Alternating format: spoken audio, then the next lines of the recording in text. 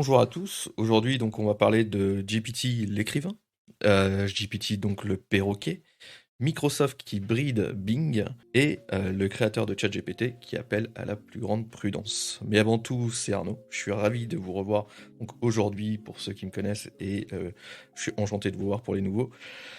Pour ceux qui ne connaissent pas, IA et défis, en fait, c'est une émission qui est participative, hein.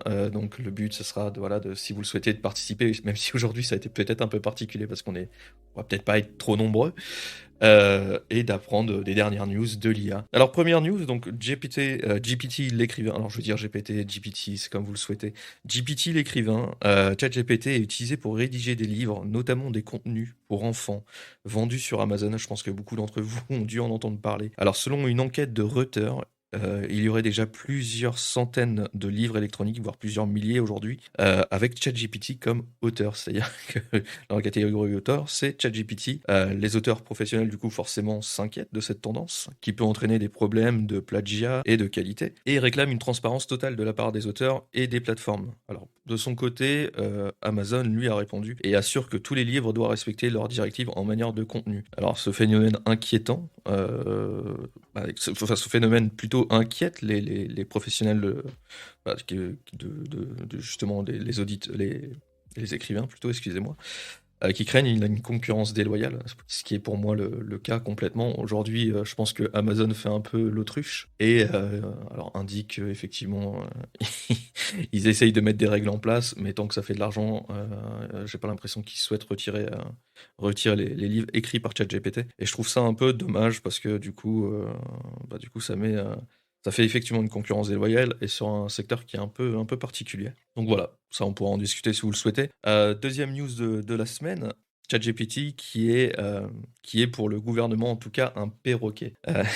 Une petite news moi qui m'a fait un peu grincer des dents. Surtout que ça vient du ministre délégué au numérique, Jean-Noël Barrot, qui a exprimé donc sa prudence quant à l'euphorie suscitée par ChatGPT. Alors là-dessus je le rejoins. Sur le marché de l'intelligence artificielle, il considère que l'outil est un perroquet approximatif.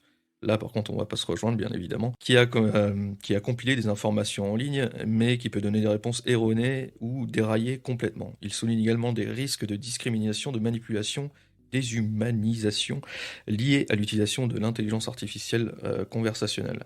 Toutefois, il reconnaît que ChatGPT met en lumière la place grandissante de l'intelligence artificielle dans nos vies quotidiennes.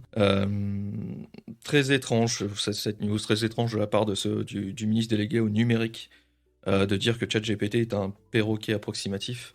C'est étrange parce que ça montre aussi la méconnaissance du gouvernement par rapport à l'outil. C'est pas un perroquet approximatif, c'est pas juste une base de données, c'est bien plus que ça.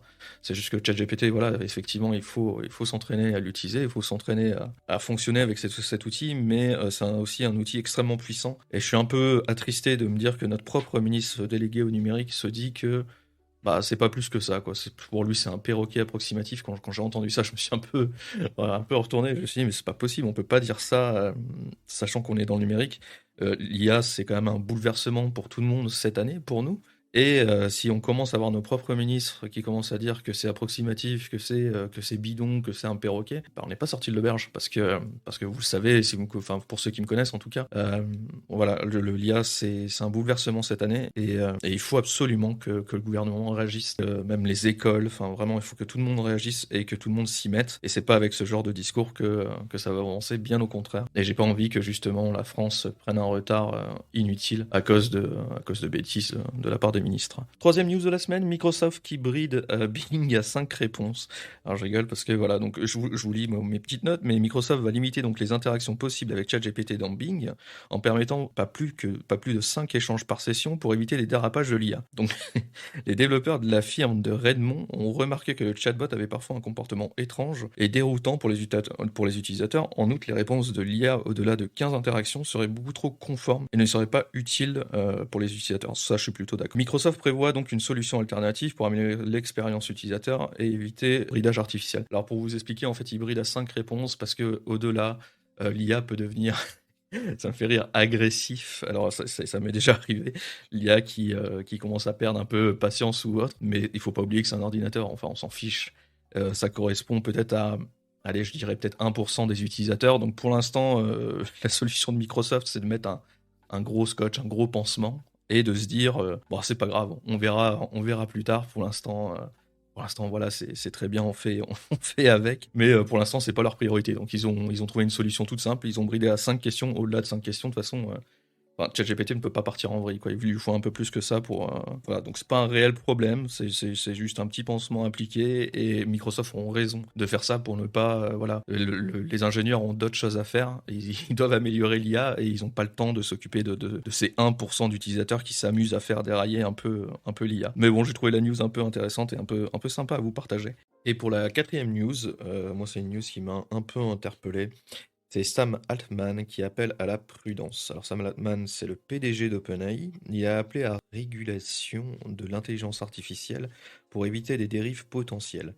Il a notamment évoqué la nécessité pour les agents conversationnels d'être impartiaux et objectifs, ainsi que la problématique de l'aspect profondément humain de ces outils qui peut déstabiliser certaines personnes. Altman donc estime que la réglementation sera essentielle pour éviter que l'IA ne devienne une technologie plus novice que bénéfique. Et là, c'est très important ce qu'il dit, et moi je suis complètement d'accord avec ça. Les législateurs en Europe et aux États-Unis se penchent déjà sur la question de nouvelles lois et d'un cadre réglementaire qui devrait être discuté dans les pays occidentaux. Là-dessus, je le rejoins, je trouve qu'il a raison.